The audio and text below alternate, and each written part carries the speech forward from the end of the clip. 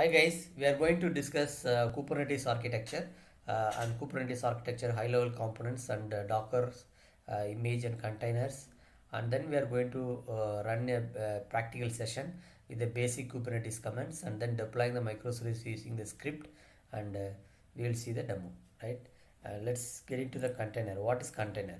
Container is an application, or it will be running, right? Container, before container, Docker will build a static image, right? So static image will be launching as a container. Once you start running the image, that is called container, become a runtime container, right? So Docker is creating the static image. What is static image? So if you want to run, let's say for example, if you want to install Oracle software, database software, what you will know, in a traditional system, we will go and install the software install in a local system and then do the configuration, and then we are connecting with the application and running that.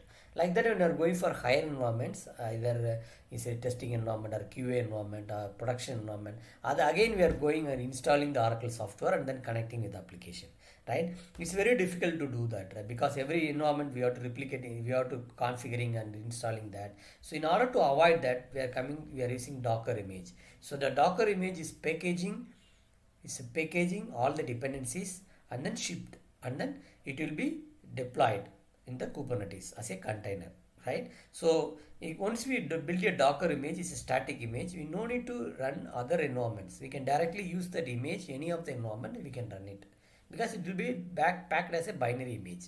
It will be running under any of the higher environments without taking any effort. We no need to install back again like Oracle, like traditional system, right? It just deploy that, it will be launching as a container. Like the Docker, CARO and containerd, these are all container based frameworks, and we can use it along with this Kubernetes, right? Okay, now I'm going to check container microservice, customer microservice, review microservice, booking microservice. These microservices are different microservices which can be built with any of the technologies like Java, Node.js, Spring Boot, or so any of the languages can be built, and it will be launching as a container, right? Built in container, db1, db2, db3. So everything is a container. It will be creating as a Docker image and launching as a container in the Kubernetes, right? So this can be launched. And when I go to learn Docker, so these are the traditional systems, application, software installation, OS, and hardware installation is required, right? Traditional. But when it comes to Docker, we are just, everything is a packaging as a dependency, and then we are running as a container, right? And we are going to discuss Kubernetes. What is Kubernetes? Kubernetes is using Kubernetes we can set up the cluster. Kubernetes Using Kubernetes we can create number of nodes in the logical servers or physical servers. Logical server means a virtual machine in cloud environment, right? So virtual machine we can converting the we can divide it into multiple nodes. Each nodes we are deploying the pods. Pods are running the containers. Pods means it's made up of one container or multiple containers, right? So that container will be launching that. And Kubernetes, it is doing Kubernetes automatic deployment across multiple servers and automatic load distribution across the server, multiple servers. It's automatically. So it will do the health monitoring and health check. It will do the self healing. So let's say when you are launching the pod, if particular microservice is down, so it will immediately launching another pod with the same microservice. It will launching that. It never goes down. Application will never goes down, right? That's what zero downtime. Let's say microservice is running. So during the peak hours, the traffic is high and CPU utilization is very high. So what will happen is it will launching the additional instances, additional nodes. We can do horizontal scale up, we can do the vertical scaling. Both we can do. It will increase the load and automatically it will reduce the load. It will automatically, when your load is increasing, it will increase the pod, or it will increase the horizontal scaling. It will increase the pod, or it will increase the additional instances, additional nodes, so that it is reduce the load, right? So it will so that it will balance the traffic. So that is the beauty of my Kubernetes, right? And when it comes to Kubernetes, we can see pod. As I said, pod is made up of container, one container or multiple containers. Each pod has a volume will be there, shared IP address will be there. If you see the Kubernetes cluster, we have master node, and these are the Kubernetes cluster architecture, master node and worker node, right? Master node, if you see master node, we can see API server, scheduler, kube control manager, cloud control manager. API server is taking the request, external and internal request, and forward to the cluster. So normally kubectl, which is a command line tool, which is taking care of the commands and then is forwarding the request to the API server. API server will take care of internal and external requests. Scheduler will schedule the pods or launching the containers inside the scheduler with appropriate memory and RAM and CPU, right? That's called scheduler. Kube controller is a controller, is taking care of Kubernetes controller, which is making sure that launching number of pods are correctly launching inside the node. That will be taken care. If we see the worker node, kubelet and kube proxy is there. Kubelet is launching the container inside the pod. That is the responsibility of kubelet. And kube proxy, it is taking care of network communication across the node inside the cluster, right? So kubectl or kube ADM is a command line tool which is connecting to the API server and forwarding the request, right? All our Kubernetes command we are firing through kubectl or kube ADM, right? And then how we are testing Kubernetes. Kubernetes can be tested in the cloud provider. Directly we can test the cloud provider. But we need to go to the cloud providers and we have to install Kubernetes and kubectl, and then we have to fire the commands. So we need a cloud account, everything is required, right?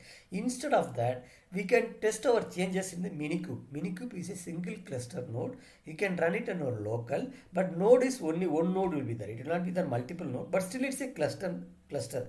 We'll get the cluster experience.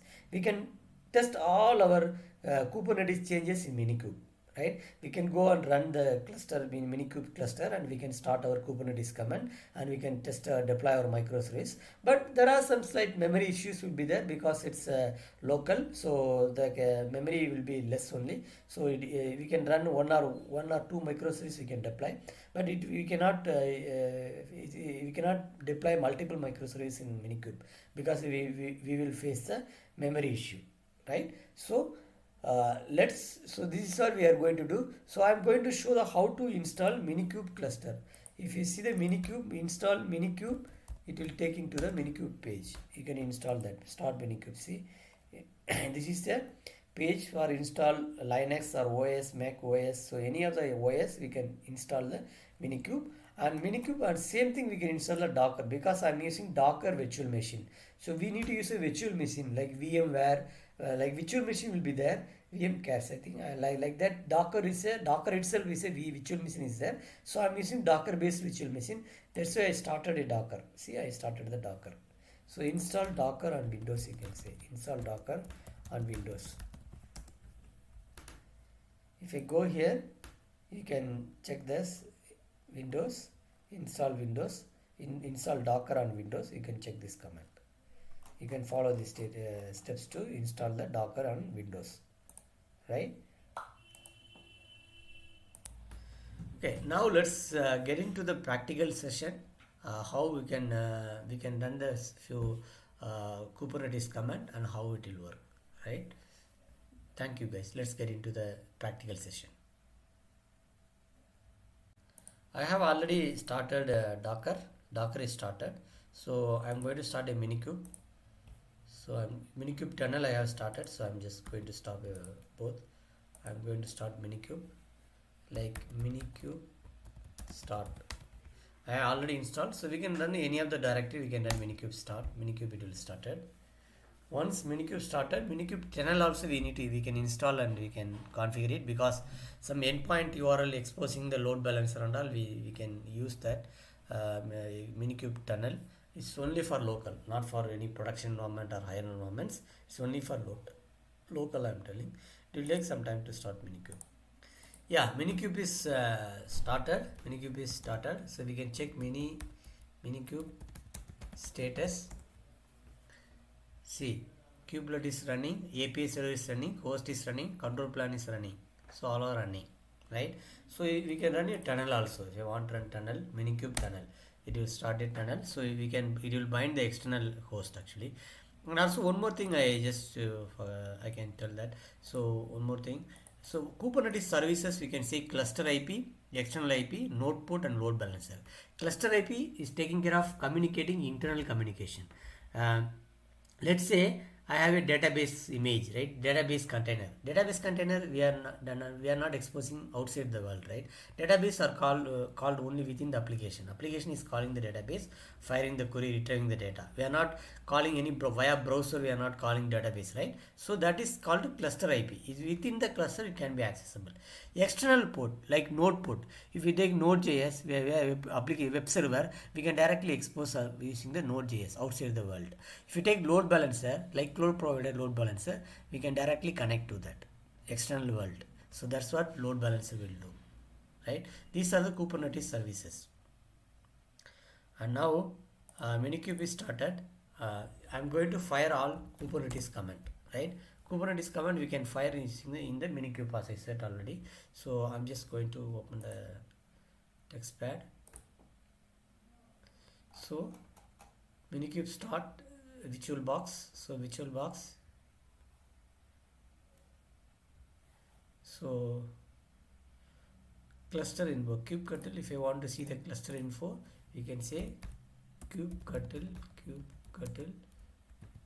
cluster info. You can check this. Is showing the cluster info. So if you want to see namespaces, kubectl. So the same command we have to fire even in the cloud provider as well. Get namespaces. What are the namespaces are there? We can check. See, these are the namespaces are there. So let's say these namespaces, what are the pods are running? We can check that. What are the pods are running? Let's say kubectl get pods hyphen namespace. What are the kube system? What are the pods are running? We can check. Sorry. Namespace hyphen namespace. Namespace is like a dedicated folder or dedicated context, right? Dedicated folder. Like we are running particular namespace. All our services are running particular namespace. If you are using namespace, but normally we are running the default namespace. If we are creating a dedicated namespace, we can create a dedicated namespace, and we can running all our services in the particular namespace. Pods hyphen namespace. Space is spelled mistake.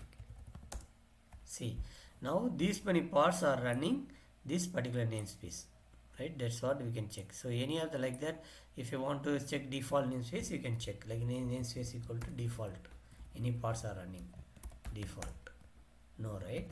Nothing is there. And then I'm going to run nginx image. So let's say we are going to run the nginx image. If for example, if you want to run, so these are the command, but we just for the information we will come to know. But actually image and all we will be creating the script and running that. If you see nginx image is created, if I see kubectl get pod, get po or pod. See now one pod is running, right? So if I want get svc it will not be there. You can delete this like kubectl. If you want to delete cloud DevOps, you can delete it. Kubectl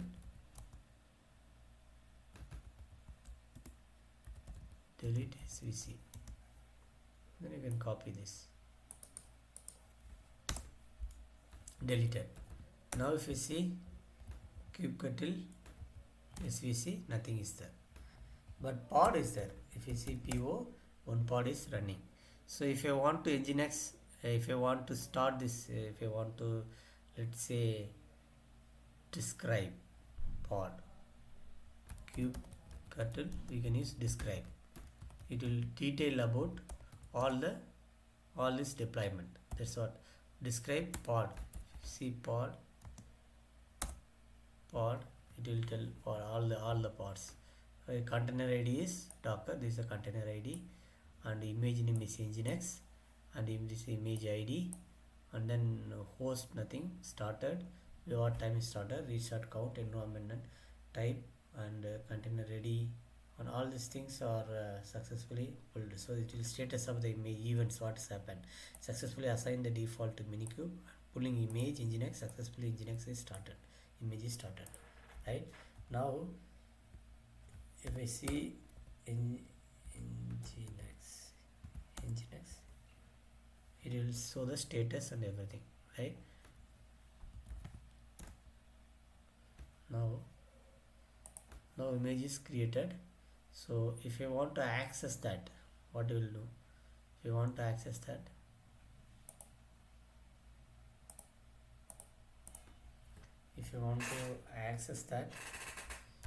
kubectl get deployment, not deployment, I think svc or something, svc, yeah, get svc Kubernetes cluster. This is for Kubernetes, this is out of the box thing, Kubernetes, and so that pod we are running. So if you want to delete the pod, we can delete that, like kubectl get pod, you can delete it, like kubectl delete pod name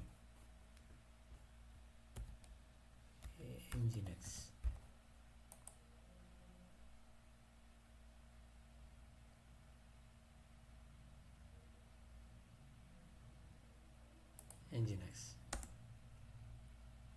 Server does not have resource type nginx. We have to say pod or po.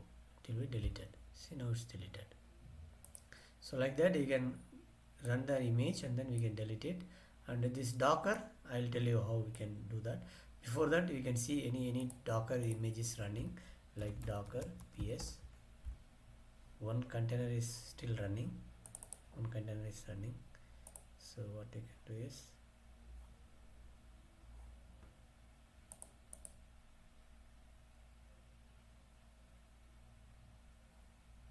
container is running. We can create kubectl create deployment nginx image. If we see that,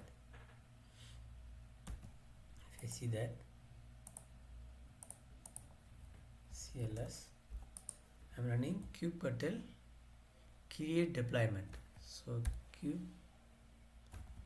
kubectl create deployment nginx deployment name of the deployment, and the image is nginx image is there already in the Docker Hub registry. So that's why we are directly using nginx. Okay, this is already created, the community was already created. And then what you will see, we will check describe. Now we will detail. If I want to detail about this deployment, we can say kubelet describe deployment. Once again, let's get deployment, and now describe kubectl describe deployment, and we'll use this. It will describe the deployment details. See, you can check that. Name nginx, namespace is default namespace, and creation time, and then labels app nginx deployment, and annotation, and then selector. These things we will detail. I will detail about when we are getting to the another session. In replicas, how many replicas are there? Only one replicas. And rolling strategy. Rolling update means when our other version we are deploying, how many percentage of rolling updates. So that's rolling update. Container progress. So these are scaling replica setup replica nginx. So these are the detail about the deployment. Now I'm going to check service. kubectl get svc. Now we will get this svc, and service we are not exposing, right? This deployment is not exposed, but this deployment is not exposed. It is only deployed into the Kubernetes, but it is not exposing as a service. So if I want to view that, we need to expose it. We need to expose this deployment. Here is a expose. So for example, we need to expose. What is the deployment name? We have to see deployment name. Nginx deployment. Copy deployment. We want to expose as a node port. Let's see what will happen. kubectl expose deployment name Nginx type node port. I already said, right? No, is a service. We are exposing the outside world. Exposing. Exposed. Now it's exposed. Let us see get service is created or not. SVC. Sorry. SVC. Yeah, see service is created. This is a service. Because this is exposed. Now call. I'm using this IP. What will happen? It's not reaching, right? It's not reaching. If I put 33000, no, it's not taking. It's not reaching outside. Right? Now, if I go to Docker, I'm just copying this IP address. I'm going to run a Docker. Inside the Docker, I'm going to log into the Docker. Like that IP address. Like this IP address. SSH Docker and IP address. Now we are going here inside. Now we are going here. See, failed. Could not connect to the server. Now going to Docker.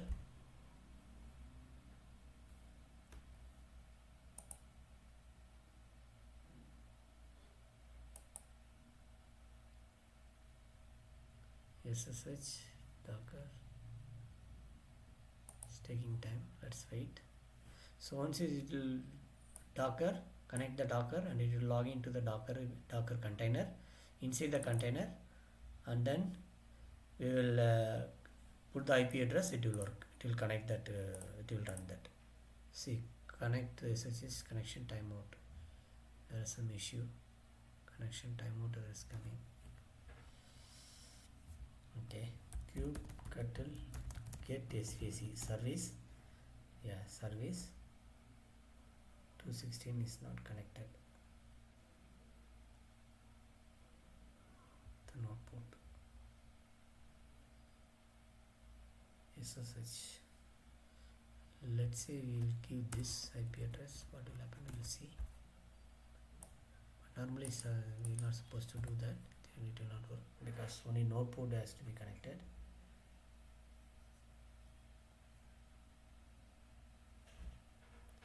It's not connected. So we'll give kubectl describe details about this service. Describe SVC, name of the SVC. Only particular SVC service details. So these are service details. Endpoint is not assigned. Oh, that's a problem. Endpoint is not assigned. And node port 103.926 IP address. If I put IP address, it's not coming. So normally if you want to log into the container, we need to this way we have to log in, and then we want to use this docker exe it and container id sh. So we have to use this, and then IP address. It will log in. We can check the logs and everything. We can check inside the container logs. If you want to check the logs and all right, if you want to check container logs, right, we can check the logs like this way. Exe docker exe container id. Let's say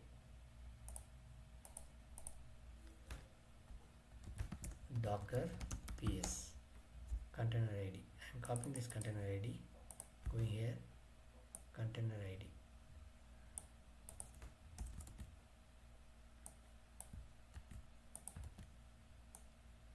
This is the container id, pasting, running this container id.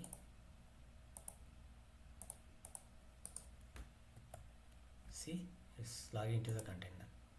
Now it's logging to the container, and if you want to check any logs, ls, it will see, it will go to the folder and we can check the logs. If all the bin directory, docker key. So this is image, right? A directory will be built, so you can check log everything. We can do container logs. We can check inside this directory. We can set the environment variables, everything we can do. If you want to exit, we can exit it now, right? So this is a way to check the container logs, right? So the container logs will be there in the particular directory or data directory or varchar, either will be there. We can search it and you can check. Okay, and then I'm going to check deployment we have created and set deployment. I'm going to check set the image, set image. So if you want to set the image, you can set that. Let's say Nginx deployment, right?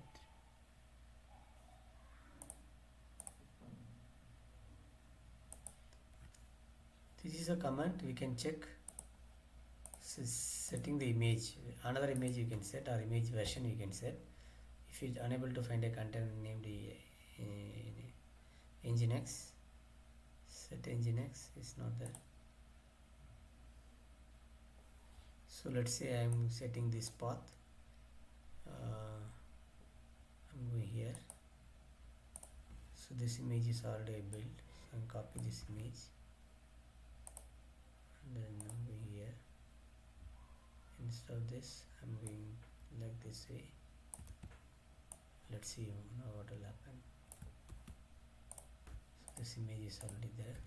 CLS, unable to find my Nginx. Okay, Nginx image is not finding. Okay, we can ignore that. Just this way you have to set the change the image. If you want to set image name, this just comment you are just for knowing that. And if we need to know the rolling status, if you want to know the rolling status, rolling update means, let's say version 1 is updated, and then we want to see and then version 1 is running in Kubernetes, and we are going to do the new deployment version 2. What will happen is, it will automatically, version 2 is gradually increase the traffic, and finally complete traffic are moving to version 2 without having any outage, right? So first 50% it will traffic distributed, and then let's say the deployment name called rolling update, but we are rolling deployment update, but we can say, okay, canary deployment is there, linear deployment is there, like this many traffic are moving to old version, and green deployment, and this many traffic to blue deployment. That's what blue green deployment, right? So blue means it's a future version is going to deploy, but green means it's already running in the production version. So how the traffics are distributed? So let's say 50% of traffic to green, and blue new version is going to be 50%, and when you are deploying that, it will gradually increase the traffic to blue become green deployment. Once blue become 100% traffic are moved, then blue become the green deployment. It will move to the production 100%, right? Okay, so that's what the deployment rolling update. And then we are going to see next comment is, we can see the rollup status, right? I'm just going to trigger this comment. kubectl rollout status deployment Nginx deployment exceeds its progress deadline. See, we can see this way. Now it's we cannot see that it's exceed because we are not doing the multiple version, only one version. That's why we are getting this message. But we can see that using this command rollout status, we can check the how the new version, how many percentages are moved, traffics are moved. We can check that. Okay, and then next command is rollout history deployment. If you want to check the history, you can check that. History. See, only one version, that's why its own history is displaying. And then expose, we have already seen that, how we are exposing that, and replica set. So if you want to reset replica set, if there is any replica set, we can check that. How many replicas you want, you can set that. If you want to set the replicas like one two replicas, we can check replicas. So I'm just going here.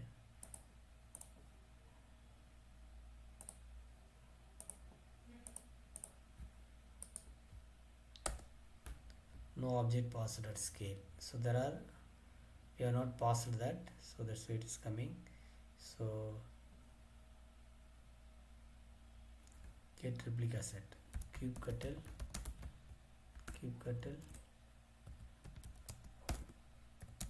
get replica set. There is only one replica set is created, so we have to give the right correct replica set. This is a replica set, right?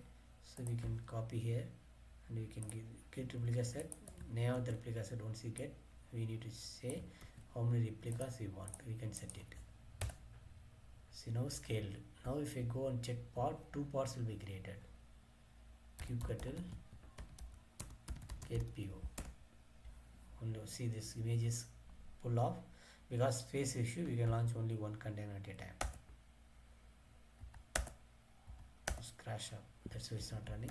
So this is a way we have to scale up, right? If the container is up, then we can create two containers, launching two containers. That's what is it will do, right? Replica 2. If I want to reset, we have to use this command, nginx4 replica 0. If you want to reset, you can reset this way, this command, scale replica 0 deployment. Replica means, you know, right? So no object passed to scale, we have to pass the correct replica name. So when we are doing the scale, this is a way we have to scale up and scale down replicas to via command line. But we will not prefer this way. We have to write a script, how many replicas we want during the deployment script. We are writing that. It's just command line, I'm just showing that, right? And then API resources. This is the API resources. API resources means what are the Kubernetes API resources are there, we can check that. API resources. See, these many resources are there. Deployment, replica set, stateful set, these many role bindings, roles. There are multiple, these are the API resources. So if you want to use that, we will get, most of the time we will get the version issue, we will face that when you are running this, when you are running the API resources. So for that you can check like this. First we can check the version, CLS version. So these are the API versions, advanced version. Whichever Kubernetes installed, the version, it will show that version only, we can use that in the inside the script. This can be used inside the script, right? And if you want to, let's say API resource, I'm going to API resource,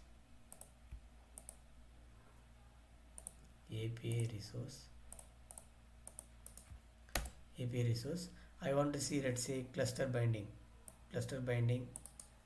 details, which version and all the details you can check. Explain, kubectl explain cluster bindings.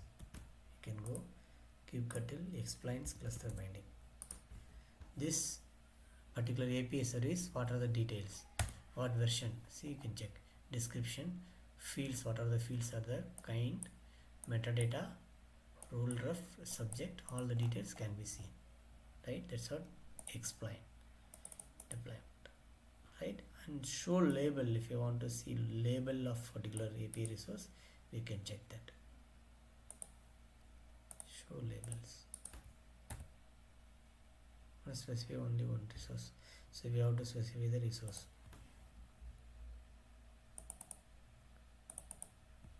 Role binding we can give and we'll check.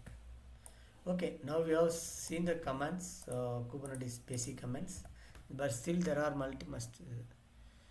you can ignore it, no problem. You have to give exact name. Also labels. It's not correct. What you are doing is not correct, I guess. Show labels. Okay. So we have to use these commands this way. You can find it in Google. If it's not working the command, you can get the updated commands version, you can check that, and we can do. These are the basic Kubernetes commands. And now I'm going to create a Kubernetes script and I'm going to deploy that. Let's see how we can work on it. Hi, Docker image I have already built. So I'm going to Eclipse, and then this is a Docker file. Sorry, this is a docker file. So from the base image and then temp directory and jar which was built, and then giving the custom jar name. So this way, and I'm going to the directory and then create the docker image and push to the docker hub. So we can check docker hub. This image I pushed DevOps Kubernetes. So this I already covered few in my previous videos how to build a docker image. So you can check the videos. And yeah, so now docker image is created. So if you want to create build, I can show again once again. I can show that. So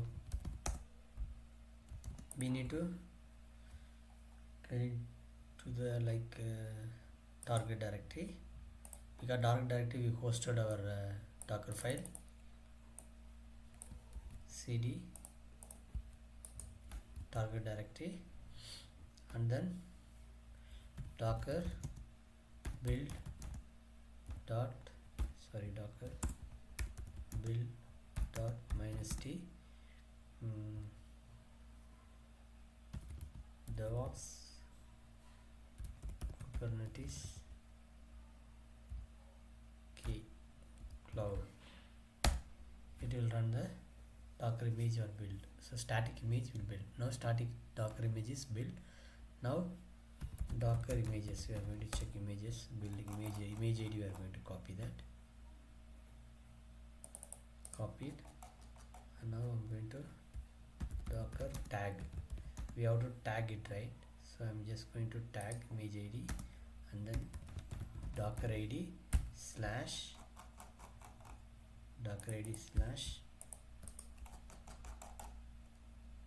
name of the image and version number tagged. Now I'm going to push this image to docker hub registry, docker push. Yeah, it is pushed. Copy this image and putting in the script.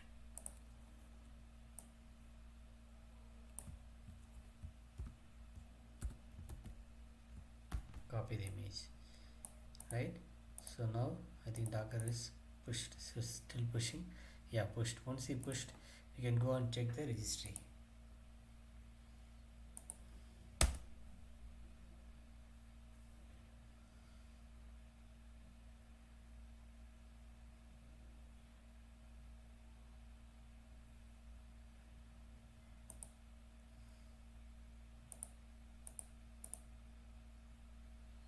So this is a registry. Now we pushed image, right? You can see that in the registry. Okay. Now the next thing is I'm going to see the script. See, this is a script AP version. See, as we see the AP version, right, in the previous command I executed, right? So AP version, we have to use the correct AP version, and kind is a deployment, metadata, name is cloud DevOps, replica 1 replica. So I set the replicas in command prompt, right? Like that we can set how many replicas we want. If I set 2 or 3 or 5, it will create a 5 pod. It will create, I mean 5 containers will be launched, right? Let's say example 1 later on I will do. Selector, match label, these things you can study in Kubernetes guide. So labels, what you will do, templates, metadata, we will detail about the next session. Containers, what is the container? Here this is the container ID. So it's a docker image ID we have to give, and container port 8082, okay, and HTTP port, and we have to use 3 hyphen, 1 hyphen, 2 hyphen, 3 hyphen for the service. Enter next. So the next script, instead of creating the separate script, we can use 3 hyphen, and down we can write anything. Like that you can go enter another 3 hyphen and write anything. So instead of creating separate file, everything we can keep it in the same file. It will execute first this pod script and then execute a service script. This is a service script, kind service script. This is a service script, service cloud DevOps, name meta, name labels, port number 8082. Type is load balancer, because we are going to expose to the outside world. We are calling from the browser. That's why type is load balancer. If it is cluster IP, only internal cluster only can be accessed. Right? This is an important point. Now I created. Now I'm going to deploy this script. So script is hosted. The directory I'm going to this directory. I'm going to this. I'm going to this directory structure, Kubernetes directory structure, copying cd cls dir. Now kubectl apply -f, and then we have to use the script name. This is a consumer workload.yaml file. It will be a YAML file, right? This extension should be YAML, right? Enter it, it will be deployed. Now it's deployed. Now this is a proper way of deployment in Kubernetes script. And kubectl get po, pod is running, one pod is successfully running, what we deploy now. And if you see svc, service also is created, cloud DevOps is created, right? And if you want to describe, you can describe the details like cloud, like kubectl describe svc cloud DevOps. See, it will detail out DevOps namespace, default, and IPs, and then endpoints. These endpoints are created. This way we have to use. Since I used tunnel, you can copy this URL and 8082. You can run this copy http colon this 8082. If you run this, it will run the application. See, application is running. So this is how we have to deploy deploy microservice into the Kubernetes cluster, right? It's deployed. So if you want to delete the deployment, you can delete, and all this command which you are executed previously, we can run with this deployment architecture, so it will work. So this is a way script you can deploy that and you can run that.